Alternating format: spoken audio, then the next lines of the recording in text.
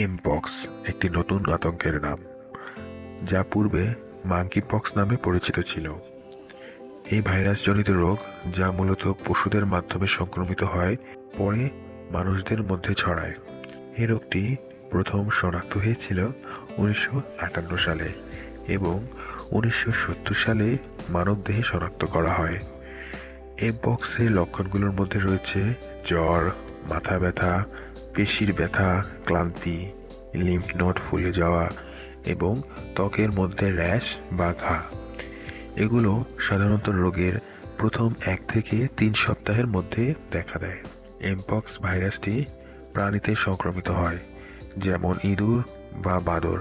এদের কামড় বা আঁচড়ের মাধ্যমে মানুষের কাছে ছড়ায়। তবে মানুষের মধ্যে ঘনিষ্ঠ শারীরিক সম্পর্কের মাধ্যমে বা আক্রান্ত ব্যক্তির সংক্রামিত উপাদান বা ফ্লুইডের সংস্পর্শে আসলেও এমপক্স ছড়াতে পারে।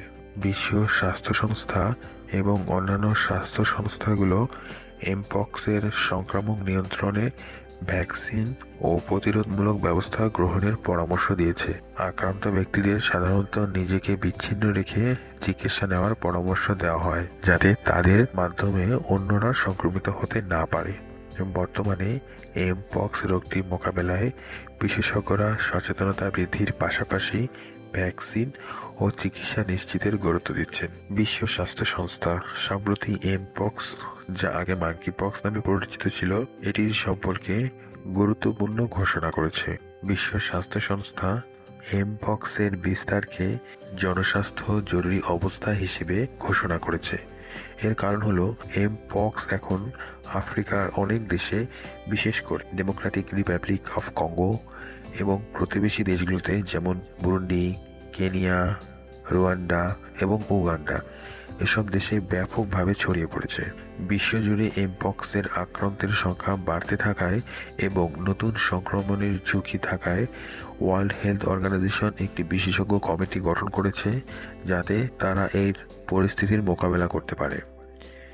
বর্তমান প্রাদুর্ভাবটি ক্লেড 1b নামে নতুন এক ধরনের ভাইরাস দ্বারা সৃষ্ট, যা পূর্বে পাওয়া ক্লেডগুলোর তুলনায় আরও মারাত্মক। ওয়ার্ল্ড হেলথ অর্গানাইজেশন এই প্রাদুর্ভাবের বিরুদ্ধে লড়াই করতে একটি আঞ্চলিক প্রক্রিয়ার পরিকল্পনা করেছে এবং এর জন্য প্রাথমিকভাবে $15 মিলিয়ন তহবিল নির্ধারণ করেছে।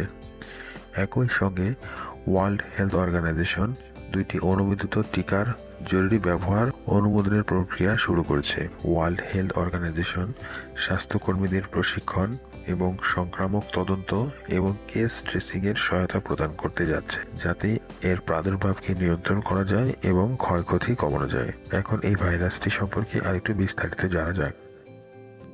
এমপক্স একটি ভাইরাসজনিত রোগ, যা মাঙ্কিপক্স ভাইরাস দ্বারা সৃষ্ট। এর 2টি জাত রয়েছে, ক্ল্যাড 1 এবং ক্ল্যাড 2। এমপক্সের সাধারণ লক্ষণগুলো হলো ত্বকের র্যাশ বা মিউকোসাল ক্ষত, যা 2 থেকে 3 সপ্তাহ পর্যন্ত স্থায়ী হতে পারে। এছাড়াও থাকে জ্বর, মাথা ব্যথা, মাংসপেশির ব্যথা, শক্তিহীনতা এবং লিম্ফ নোড ফুলে যাওয়া। প্রতিরোধ ও চিকিৎসা।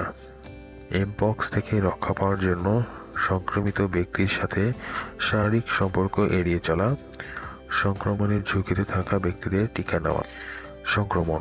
পক্স সংক্রমিত ব্যক্তির সংস্পর্শ সংক্রমিত প্রাণী বা দূষিত বস্তু যেমন বিছানা, কাপড় বা সূচের মাধ্যমে মানুষের মধ্যে ছড়াতে পারে।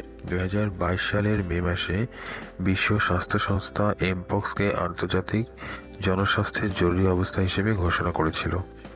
সে সময় একটি বৈশ্বিক প্রাদুর্ভাব এমপক্সের কারণ ঘটেছিল, যা প্রধানত ক্ল্যাড 2b ভাইরাস দ্বারা সৃষ্টি হয়েছিল। এখন জানা যাক, এটি কি করোনার মতো সারা বিশ্বে ছড়িয়ে পড়বে? এমপক্স এবং করোনা ভাইরাস এর সংক্রমণের ধরন ও বিস্তারের প্রক্রিয়া ভিন্ন। এমপক্স সাধারণত ত্বকের র্যাশ বা ক্ষত থেকে সরাসরি সংস্পর্শের মাধ্যমে ছড়ায়, যেখানে করোনা ভাইরাস বায়ুবাহিত সংক্রমণের মাধ্যমে দ্রুত ছড়ায়। এমপক্সের বিস্তার করোনা ভাইরাসের মতো ব্যাপক হওয়ার সম্ভাবনা কম। এমপক্সে সংক্রমিত হওয়ার জন্য প্রায় দীর্ঘমেয়াদী এবং ঘনিষ্ঠ সম্পর্কের প্রয়োজন হয়, যা ভাইরাসটির বিস্তারের ঝুঁকি সীমিত করে।